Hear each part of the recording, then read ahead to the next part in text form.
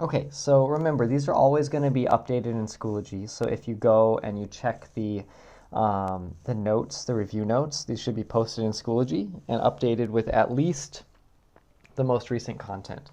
So today we're going to start talking about circular motion and gravitation. We finished forces last time. So I'm going to do the quick concept review for this. So this is actually one of the shortest ones, so this shouldn't take long.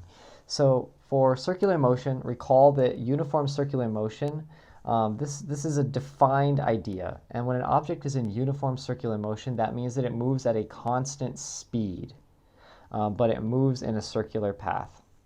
So if an object is moving in a circular path at a constant speed, it does have acceleration, and that acceleration vector is going to be perpendicular to its velocity vector at any given moment in time. Now the equation for an object, if it is in uniform circular motion, its acceleration will always be equal to its speed squared over the radius of the circle that it's moving in. Right, so this is just always going to be true in the case of uniform circular motion. Now also note that if we take Newton's second law and we plug A into here, we get m times v squared over r. And what that tells us is that the net force on an object in uniform circular motion has to be equal to this. And often we'll call this centripetal force, right? So Fc, we'll call that centripetal force, and that color is bothering me, so let's make it the same. But remember, this isn't like a special force. It's not anything different. Centripetal force is just the net force on the object, right? It's caused by other things. It can be caused by tension or gravity or normal force or friction or something like that. Centripetal is just a word that implies that the net force is directed towards the center of the circle. This is another equation that we used a lot, right? So this was for an object moving in a circle. To find its speed, we often use 2 pi r over t. And remember, this is just distance traveled over time, because 2 pi r gives you the circumference of the circle, right? So 2 pi r is one time around, and period is defined as the time for one rotation. So this is a really handy equation for circular motion as well.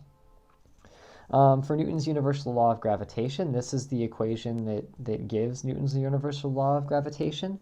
Here g is Newton's gravitational constant. It's on the equation sheet.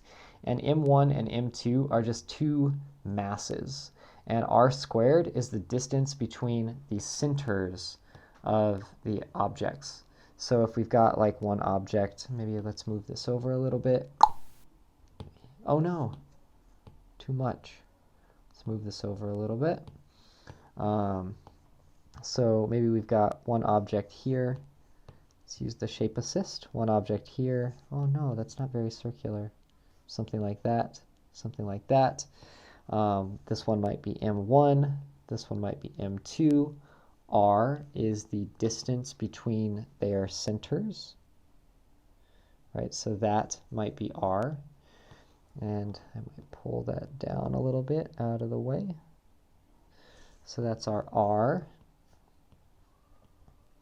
And this equation gives the force on both objects, right? So this is the force on m1 from m2 and the force on m2 from m1. And they should be equal. They don't look very equal, but they should be equal to each other. It's a Newton's third law thing. Okay, recall that we also talked about gravitational field. So gravitational field near a massive object, that's really the same thing as the acceleration, the gravitational acceleration in space near an object. So if we have like a really massive object and a pretty lightweight object, this is like something near the surface of the Earth, and we combine Newton's second law and Newton's universal law of gravitation, well, what we see is that the mass of the small object, right? So this is if we're looking for the acceleration of the small object. The mass of the small object is on both sides, right? And we can cancel those out. And as a result, we get this equation that says A is g times the mass of the big object times the distance from the center of the big object, that would be r, squared. So that tells me that the acceleration near the surface of a big object, it's going to be independent of the mass of the small objects that you hold near that large object. So this is why objects of different mass fall with the same acceleration, if they're close to the surface of the Earth. Now here, this is just an equation simplified, right? So g is just, little g is just big G times the mass of the planet or star or whatever over the distance from the center squared.